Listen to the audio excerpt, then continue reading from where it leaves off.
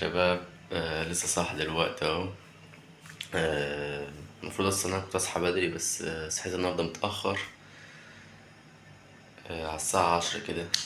فاخش دلوقتي استحمى نصلي الصبح، لسه الدور ما ادانيش. وبعدها نرجع، هنروح نصلي ونيجي.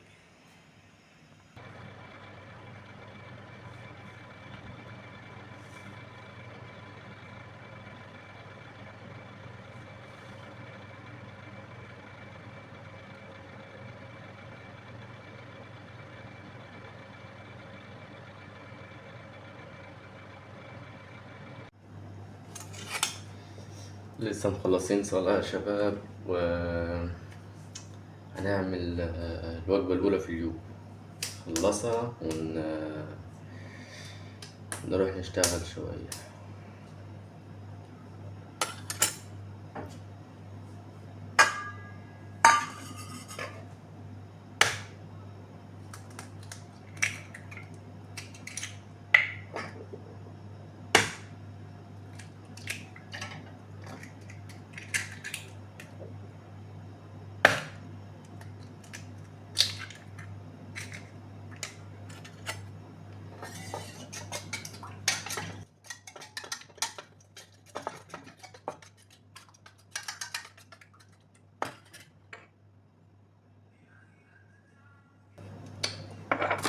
هنعمل بإيدينا بقى خلاص.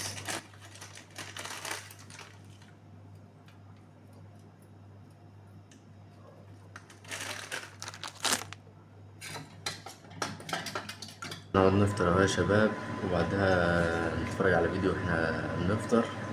فادي أرجوك.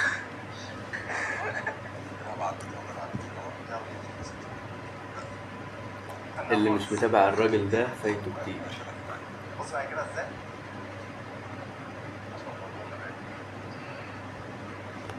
خمسة فايدة. ساعدك كانت طلعت؟ اه. عشان كده عندك أمر. أنا بحب مساعدة الطلبة.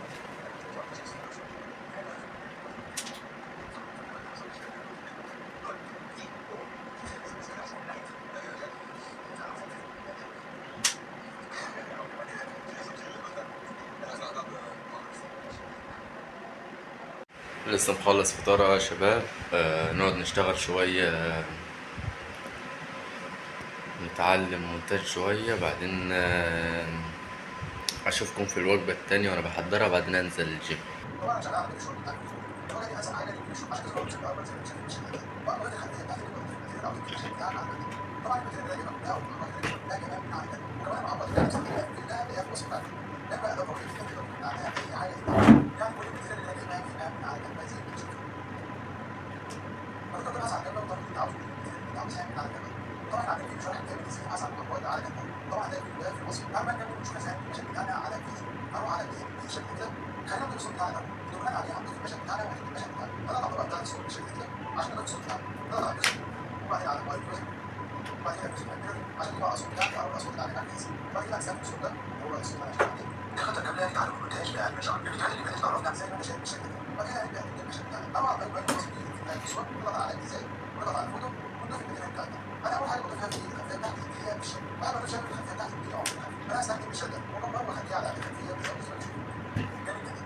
بعد كده هعرض الطبقه دي اضغط عليها بالكمبيوتر وهعرضها وخليها تبدا كل الطبقات بتاعتي هتبدا او مثلا في طبقات ثلاث نظام وبعد كده هتلاقي شغل نظام بشكل. بعد كده اضغط على الجزء الثاني وضيف الطبقه. مخلص اهو يا شباب.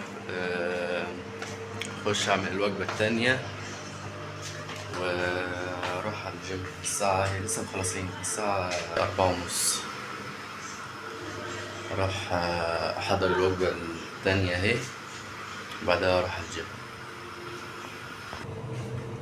هنعمل الوجبة التانية يا شباب. هو المفروض أنا كنت بعمل شوفان أو دقيق رز وكده، بس مش موجود. خد الفيلم.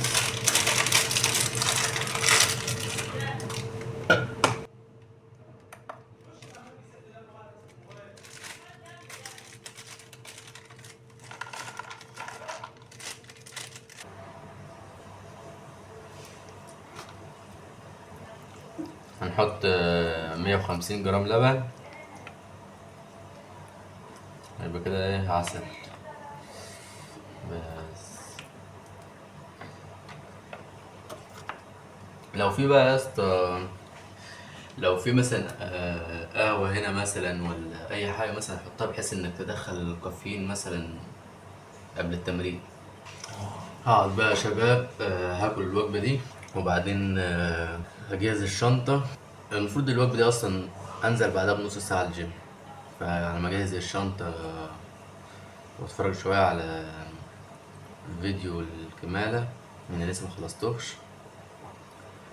هنزل الجيم، هاكل دي وأصور لكم لما أجهز الشنطة. لسه مخلص صلاة يا شباب، هروح أجهز الشنطة وبعدين نطلع على الجيم. لسه راجعين دلوقتي اهو يا شباب، نجهز الشنطة ونطلع على الجيم.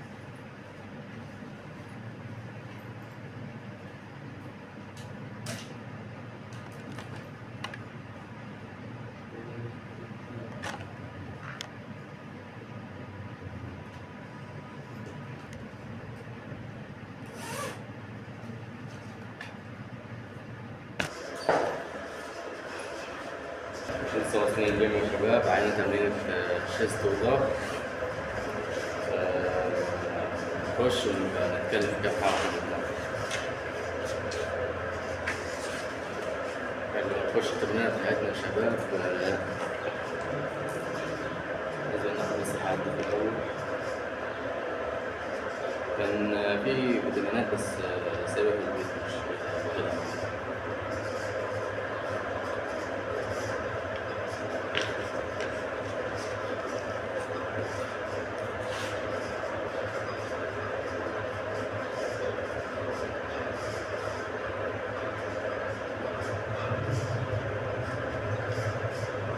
المفروض دلوقتي ان احنا هنخش زي ما قلنا شيست وظهر. هنخش في الاول ظهر، بعدها هنخش بنش.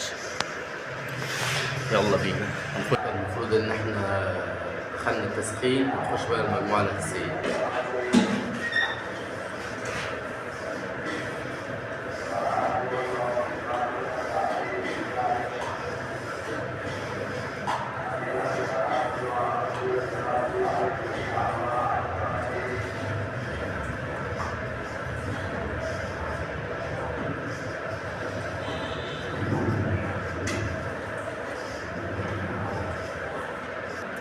الشدات فلتت يا شباب، مش عارف، تمرينة كنت بعافر فيها حرفيا. نخش بقى المجموعة الأخيرة يا شباب. لسه نظبط الشدات، دول اللي فاتوا كنت بعافر حرفيا في 9 عدات ولا كام عدد، 60 كيلو. بس زودنا وزن وظبطنا الشدات وخدنا الراحة حلوة يعني. يلا بينا.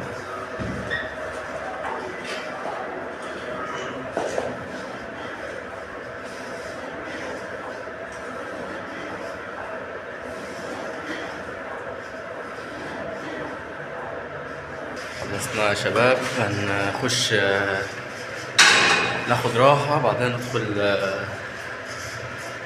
بنش.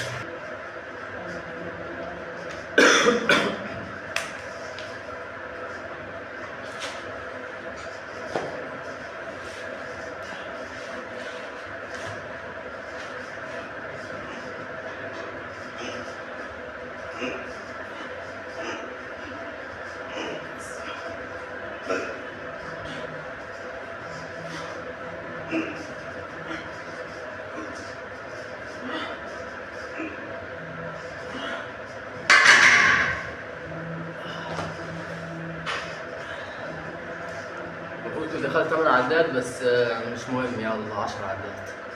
يلا بينا يا شباب على المجموعة الأخيرة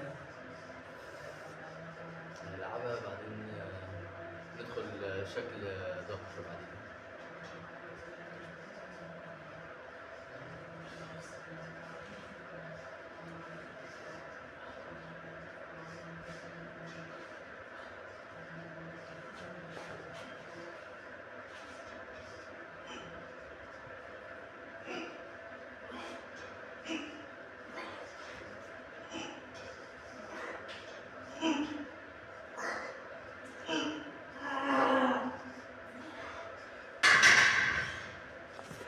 المفروض بقى دلوقتي يا شباب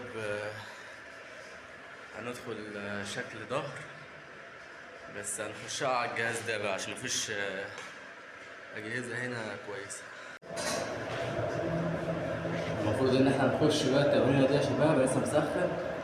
هخش آخر مجموعة وبعدين ندخل شكل شيست عالي.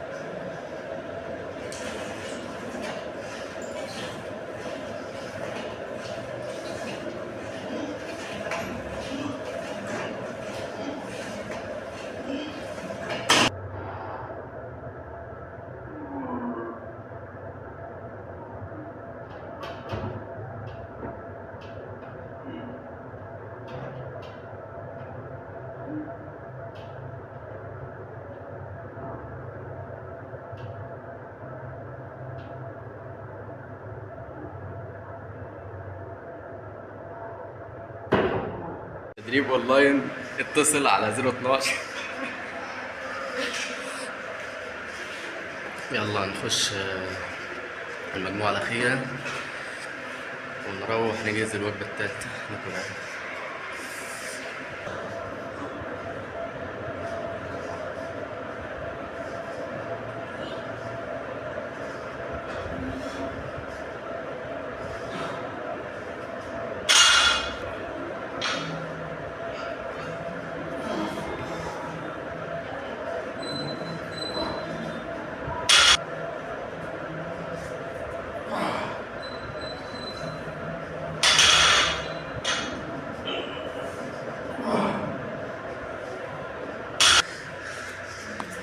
المفروض كده خلصنا التمرين يا شباب. عايز بس اقول لك حاجه، حاول ما تقارنش نفسك بحد. يعني اللي اقول لك عليه قارن نفسك بالنسخه اللي انت كنت عليها امبارح، ما تقارنش نفسك بحد، لان موضوع المقارنه ده هيخليك تخش في حته ممكن تفقد الشغف فيها حرفيا وما تعرفش انك ترجع تكمل تاني من اللي انت بتشوفه على السوشيال ميديا. فبلاش تقارن نفسك بحد، واهم حاجه الانضباط، سواء في الجيم او في اي حته في الشغل في اي مكان. ولو لسه ما اتفرجتش على الفيديو بتاع الانضباط اللي انا منزله، هو خش اتفرج عليه. و كده خلصنا التمرين يا شباب. اهم حاجه يا اسطى ما تنساش الفولو واللايك وكومنت رايق كده يا اخويا.